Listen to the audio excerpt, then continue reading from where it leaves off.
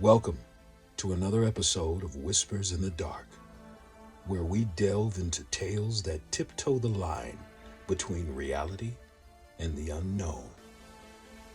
Tonight we unravel a story of greed, deception, and the unsettling consequences that follow. Join us as we explore the haunting tale of a Wall Street swindler who believed he could escape his past, only to discover that some debts are paid in a different currency than money. The title of tonight's story is Home Free. Damn, must have dozed off. My head is killing me. I guess when the body wants to shut down, no amount of stress or cocaine can stop it, even if it's just for a few minutes. What's that sound? Footsteps outside the door? Can't be. I jump up from the bed and yank the door open while holding my Glock in the other hand. No one. Of course not. It's been 36 hours since I got here. Hell, I should be relaxed by now. Should be. Funny. I spent so much time figuring out how to get away with what I did that I didn't think much about what to do when it actually happened. Can't turn my brain off.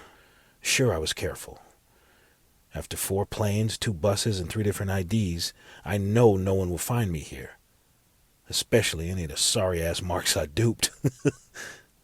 Still, why can't I shake the feeling that I missed something? Wait, what's that sound from downstairs? Is it laughter? Can't be. I just heard it for half a second, then silence. It's the stress. It's the stress. I know I'm alone. No one else in the world knows I'm here. I'm home free. I figure a fresh bump will even me out, so I do a nice thick line and sit back down on the foot of my massive bed. Nothing to do but watch the ocean waves through a wall-sized window. God, I love the beach. That's why I chose this place, so I could spend my days staring out at the infinite blue waves. Hell, why not? I can afford it. Sure, some people had to lose their savings to get me here, but hell, better them than me, right? That's the way of the world. I've lived long enough to learn that if you're not the one doing the taking, you're the one getting taken. I'm supposed to shed a tear over someone losing their money? And especially because they're black or white or any race? No. Everyone is fair game. Hey, it sucks, but I didn't make the rules. I covered my tracks and anticipated every move before they even realized what hit them. You don't ask to join the game of life. You're thrown into it without a rule book, and you have to play your level over and over and over again until you learn your lesson in advance or you die. Take the widow, Mrs. Jones, who still hadn't learned not to trust a silver-tongued fox with a smile and a promise of the perfect investment. So now she has nothing. I call it a punishment for staying naive and not stepping up her game after hubby checked out. Some people are superior. The end. I see seagulls squaw and glide over the waves of the window, and I try to just be still and enjoy the moment. I covered my tracks. Gotta learn to let it go. I turn and glance at the sunken face in the mirror and barely recognize who I see staring back. It doesn't look like the face of someone $30 million richer than he was a few days ago. I grab a glass of expensive scotch from the floor, down it, and then toss it across the room, shattering the fancy glass into pieces. I drop back down on the bed, close my eyes, and try to listen to the waves. Their steady, melodic rising and crash begin to wash over my mind. After almost 2 days of sitting up and making sure the right people are paid off and the right IDs were used, looks like sleep is mercifully washing over me. Thank God. Just as I end my sentence, I see him. Some old brother in a black suit stands at the foot of my bed, smiling. No, giggling. The moment of relaxation is officially snatched from me, and I spring up from the bed with my heart pounding and my Glock ready to go. I pump 2 rounds in his chest, but all he does is make his eyes wide and mock me, and he keeps right on laughing. I rub my eyes, and of course, no one is standing there, just an obscured view of the beach through a glass that's now freshly splintered by 2 bullets. Mine's playing games. It's been real damn playful in the 3 days since I got here. 3rd time the man has appeared. Before, it was a corner in my eye. Yesterday, a reflection in the mirror. First time seeing him face to face. This is stupid. I'm thinking of him like he's real. It's in my head. It's my brain decompressing from the stress of making sure I got here safely. I'll be fine. I'll be fine. I was smart. I think I hear footsteps just outside the door. And again, slight laughter.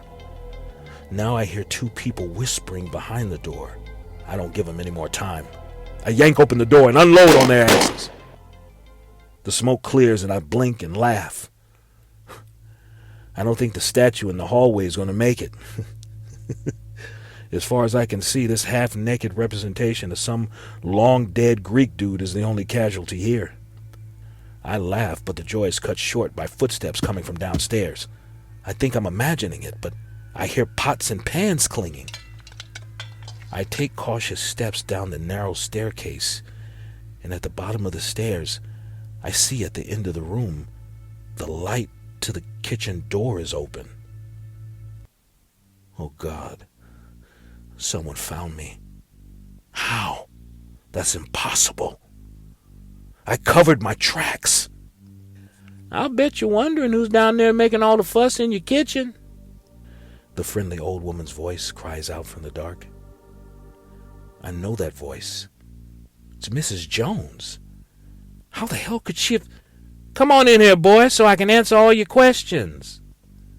Her kind voice echoes from behind the closed kitchen door. I let off 3 more shots into the kitchen through the door. 2 laughing voices respond. You got 1 more shot, baby. Might as well fire that one off, too. Mrs. Jones says in an offhand way. The man laughs.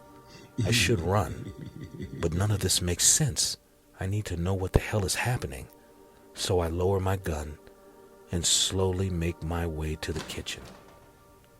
I gag as the smell hits me before the door completely opens. A rush of seafood, sausage, cabbage, and some other scents I can't recognize assault my nose. Gumbo, I think my aunt used to call it, and I always hated it. What is happening? It's not completely dark, but everything is bathed in a dim twilight. I can only see the outlines of a table and heavy-duty appliances. Everything is lit the same, except for the stove. Somehow, it's the only area of the kitchen that has its own golden ring of light. Mrs. Jones stands over a huge steaming pot, humming to herself. I lift a trembling gun to her from the door. How did you get in here? I say, with as much courage as I can manage. Oh, foolish boy, you brought me here. And you brought me back together with my Walter. You said Walter was dead, I reminded her, and hear a single giggle from somewhere in the dark. Then I see the silhouette of the suited man I've been seeing the past few days sitting at the kitchen table. Come on in here and eat something, boy. You look like you could use some damn nourishment, she says. I take 1 step further into the kitchen. For some reason, she watches me closely as I step inside. Now the table is lit with that golden light, along with the stove. The man faces me and stares at me with all white eyes. He smiles at me and pats the chair next to him like I'm a long-lost friend. I grip the gun tighter. I said, come on in and take a seat, son, while it's still hot. First, I hate that shit. Second, I'm not doing anything until you tell me what's happening right now. The man across from me sits up so fast that his chair clatters on the floor behind him. Mrs. Jones says shh to him gently and turns to me with a scowl that makes me tighten my grip even more on my gun. Sit down. I'd say you owe us that much at least.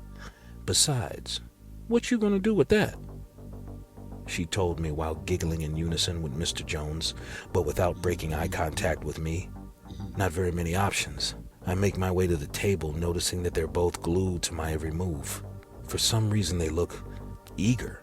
I take the seat facing closest to the door. She places a bowl on the table that billows with steam. It's practically boiling.